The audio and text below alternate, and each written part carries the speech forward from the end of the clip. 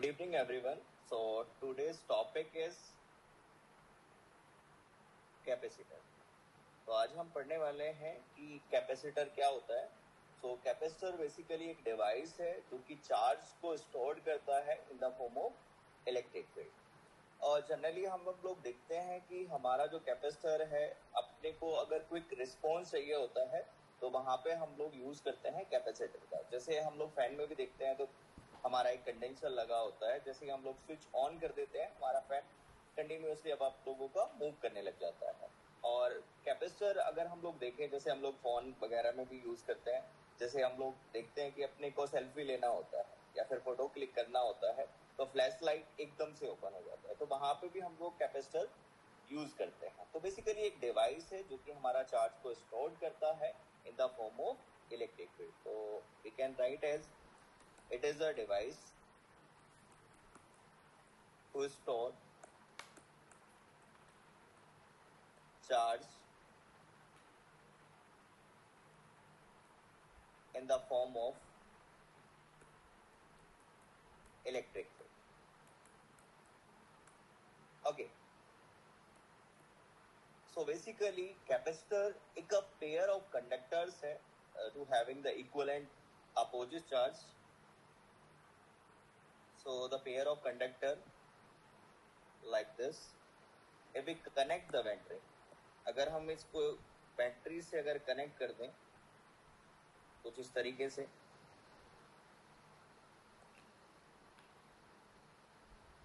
तो यहाँ पे हमारा पोटेंशियल डिफरेंस B है. तो सम इंस्टेंट पे यहाँ पे प्लस Q चार्ज आएगा and here is a minus Q charge.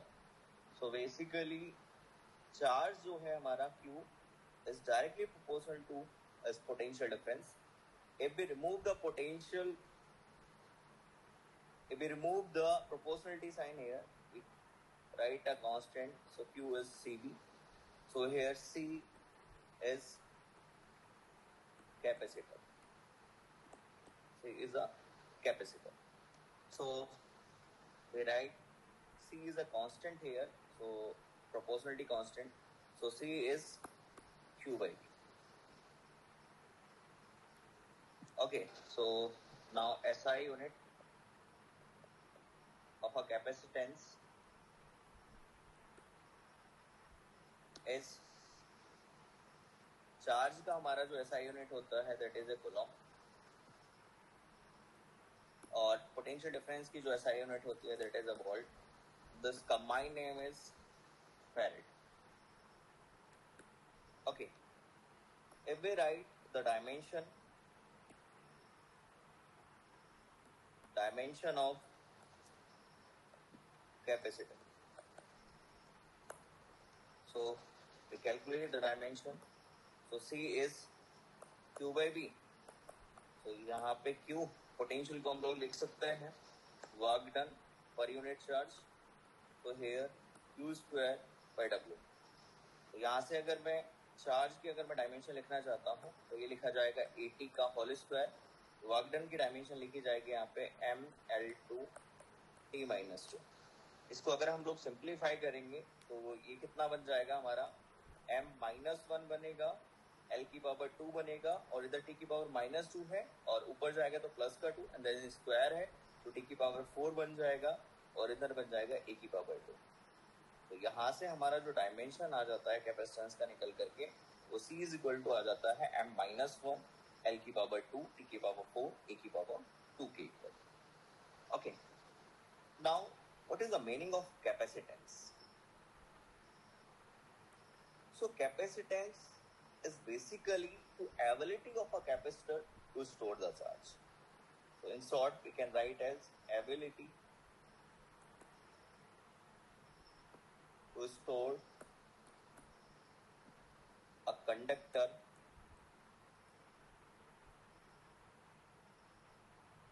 a charge is called capacitance. Okay, in this video we have defined the parallel plate capacitor. Okay, parallel plate capacitor. in short, we write as PPC, parallel plate capacitor.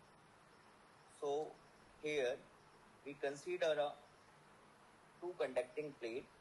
This is the first plate and this is our another plate. This plate carry a plus Q charge and this plate carry a minus Q charge. एक plate को मैंने positive charge दिया है, एक plate को मैंने minus Q charge दिया है. इस प्लेट का जो सरफेस चार्ज डेंसिटी है दैट इज अ सिग्मा. इस प्लेट का जो सरफेस चार्ज डेंसिटी है that is a minus sigma. इस प्लेट का जो एरिया ऑफ क्रॉस सेक्शन है हमारा वो ए है और सेम इस प्लेट का भी जो एरिया ऑफ क्रॉस सेक्शन है हमारा ए है. इन प्लेट के बीच का जो सेपरेशन है वो हमारा कितना है, डी है. अब हम लोग ये जानते हैं कि ये जो पैरेलल प्लेट कैपेसिटर है तो यहाँ पे इस प्लेट पे जो चार्ज एक्यूमुलेट होगा that is the plus Q. इस प्लेट पे अगर मैं चार्ज की बात करूं तो यहाँ पे हमारा चार्ज एक्यूमुलेट हो जाएगा माइनस. अब यहाँ पे होता क्या है, वी नो वेरी वेल कि हमारा जो इलेक्ट्रिक फील्ड का डायरेक्शन होता है वो पॉजिटिव चार्ज से ओरिजिनेट होता है और टर्मिनेट कहाँ करता है, नेगेटिव फील्ड, नेगेटिव प्लेट पे. तो यहाँ से अगर मैं बात करूं तो यहाँ से हमारा जो इलेक्ट्रिक फील्ड होगा वो पॉजिटिव से ओरिजिनेट कर रहा है और टर्मिनेट कहाँ कर रहा है, नेगेटिव प्लेट पे कर रहा है. तो यहाँ से अगर हम लोग बात करें, जब हम लोग पैरेलल प्लेट कैपेसिटर का डिजाइन करते हैं तो अपने लोगों को पता होता है कि पॉजिटिव चार्ज से इलेक्ट्रिक फील्ड ओरिजिनेट कर रही है, टर्मिनेट नेगेटिव पे कर रही है. तो यहाँ पे हमारी जो इलेक्ट्रिक फील्ड होगी वो कुछ इस तरीके से जाती हुई दिखेगी. पॉजिटिव से ओरिजिनेट कर रही है और टर्मिनेट कहाँ कर रही है, नेगेटिव पे. तो यहाँ पे एक तरीके का हमारा एक इफेक्ट जनरेट हो जाता है जिसको हम लोग फ्रिंजिंग इफेक्ट बुलाते हैं. क्या बुलाते हैं, फ्रिंजिंग इफेक्ट. तो इस फ्रिंजिंग इफेक्ट को रिड्यूस करने के लिए हम लोग कंडीशन लगाते हैं यहाँ पे कि हमारे जो पैरेलल प्लेट के बीच का जो सेपरेशन है डी वो मच लेस देन होना चाहिए एरिया ऑफ प्लेट के क्रॉस सेक्शन से, राइट. तो यहाँ से अगर मेरा सेपरेशन डी होगा तो हम इस फ्रिंजिंग इफेक्ट को रिड्यूस कर सकते हैं. तो अगर मैं यहाँ पे बात करूँ कि अगर मेरा डी का सेपरेशन बहुत कम है इन पैरेलल प्लेट के बीच का और एरिया ऑफ क्रॉस सेक्शन से, तो यहाँ पे अगर मैं इलेक्ट्रिक फील्ड की वैल्यू देखता हूँ यहाँ पे, तो let us consider a point P here. So this is our first plate and this is our second plate. ये हमारा सेकंड प्लेट है. अगर मैं फर्स्ट प्लेट की वजह से यहाँ पे इलेक्ट्रिक फील्ड की वैल्यू कैलकुलेट करता हूँ तो फर्स्ट प्लेट की वजह से जो इलेक्ट्रिक फील्ड की वैल्यू आएगी E1, that is a conducting plate. तो electric field is sigma divided by 2 epsilon naught I cap. तो यहाँ पे फर्स्ट प्लेट की वजह से जो डायरेक्शन होगा क्योंकि पॉजिटिव प्लेट है तो पॉजिटिव प्लेट की वजह से जो इलेक्ट्रिक फील्ड की डायरेक्शन होती है that is a radially outward, ये E1 हो गया हमारा. और electric field due to a second plate अगर मैं बात करूंगा तो E2 इज इक्वल टू आ जाएगा हमारा, सेम मैग्नीट्यूड की प्लेट है तो सिग्मा डिवाइडेड बाय कितना बनेगा, 2 एप्सिलॉन नॉट. और ये नेगेटिव प्लेट है तो उसकी वजह से भी अगर मैं डायरेक्शन को देखूंगा तो डायरेक्शन किधर होती है, towards the negative plate E2. ये भी कितना आ जाएगा हमारा, आई कैप डायरेक्शन में आ जाएगा. तो यहाँ से अगर मैं नेट इलेक्ट्रिक फील्ड देखता हूँ, नेट इलेक्ट्रिक फील्ड, तो यहाँ पे हमारा जो नेट इलेक्ट्रिक फील्ड आ जाएगा E in between the parallel plate of a capacitor. तो E की वैल्यू हम लोग लिखेंगे यहाँ पे E1 प्लस में क्या लिखूंगा यहाँ पे E2.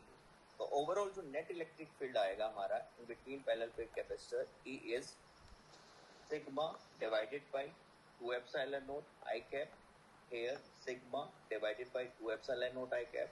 So simply we can write E is sigma divided by epsilon और डायरेक्शन आ जाएगा हमारा I cap डायरेक्शन. अब यहाँ से अगर मैं मैग्नीट्यूड की बात करूँ तो यहाँ पे हमारा जो मैग्नीट्यूड आएगा इलेक्ट्रिक फील्ड का आएगा sigma divided bye epsilon in between the parallel plate capacitor. Okay, we know the potential difference over here. If a separation is D, so we can simply write as V is ED. Okay, तो यहाँ पे हमारा जो potential difference होगा वो ED के equal होगा. अभी हम लोगों ने देखा था हमारा जो कैपेसिटेंस होता है C वो होता है Q बाई V के. यहाँ पे V जो है वो हमारा पोटेंशियल डिफरेंस होता है. तो यहाँ पे अगर मैं C की बात करता हूँ तो C is equal to Q divided by V. V की जगह अगर मैं यहाँ पे पुट करूँ किसके इक्वल, ED के इक्वल. अब यहाँ से हमें पता है कि in between the parallel plate capacitor जो हमारा इलेक्ट्रिक फील्ड है उसकी वैल्यू है सिग्मा अपॉन में एप्सिलॉन है. तो यहाँ पे अगर हम लोग वैल्यू पुट कर देते हैं Q, E की वैल्यू अगर मैं पुट कर देता हूँ सिग्मा डिवाइडेड बाय कितना आएगा एप्सिलॉन नॉट इनटू में डी। ओके, यहाँ पे हमारा बेटा जो सिग्मा है, सिग्मा की वैल्यू होती है चार्ज पर यूनिट एरिया। तो यहाँ पे अगर मैं वैल्यू पुट करूंगा यहाँ पे तो C इज इक्वल टू कितना आएगा Q, सिग्मा की वैल्यू पुट करेंगे Q डिवाइडेड बाय कितना आएगा एप्सिलॉन नॉट A इनटू में कितना आ जाएगा D। तो यहाँ से अगर मैं Q से Q को कैंसिल आउट कर देता हूँ तो in between the parallel plate capacitor जो कैपेसिटी आ जाती है हमारी वो आ जाती है epsilon naught A divided by किसके इक्वल आ जाएगा D के। ओके, तो यहाँ पे देखो हमें इस फॉर्मूले से पता लग रहा है कि हमारा जो पैरेलल प्लेट कैपेसिटर है वो डायरेक्टली प्रोपोर्शनल चलता है किसके, एरिया ऑफ क्रॉस सेक्शन के। और यहाँ पे ये जो एरिया होता है इसको हम लोग ओवरलैपिंग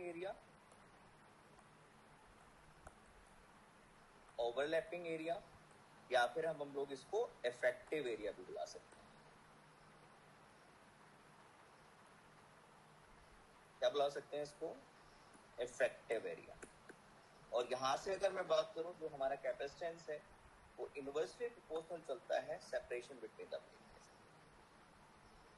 ओके, तो C is inversely proportional to D। और यहाँ पे एप्सिलॉन नॉट जो है it is the permittivity of a free space, permittivity of a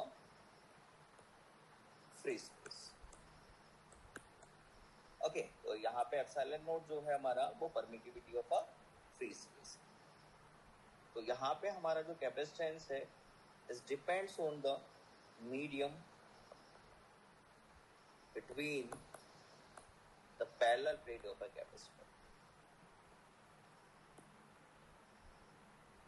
parallel plate capacitor. तो यहाँ से अगर हमारा इन पैरेलल प्लेट के बीच में अगर एयर है तो उस टाइम हम लोग अगर कैपेसिटी की बात करते हैं तो capacity is directly proportional to epsilon naught A upon में D के इक्वल हो जाता है।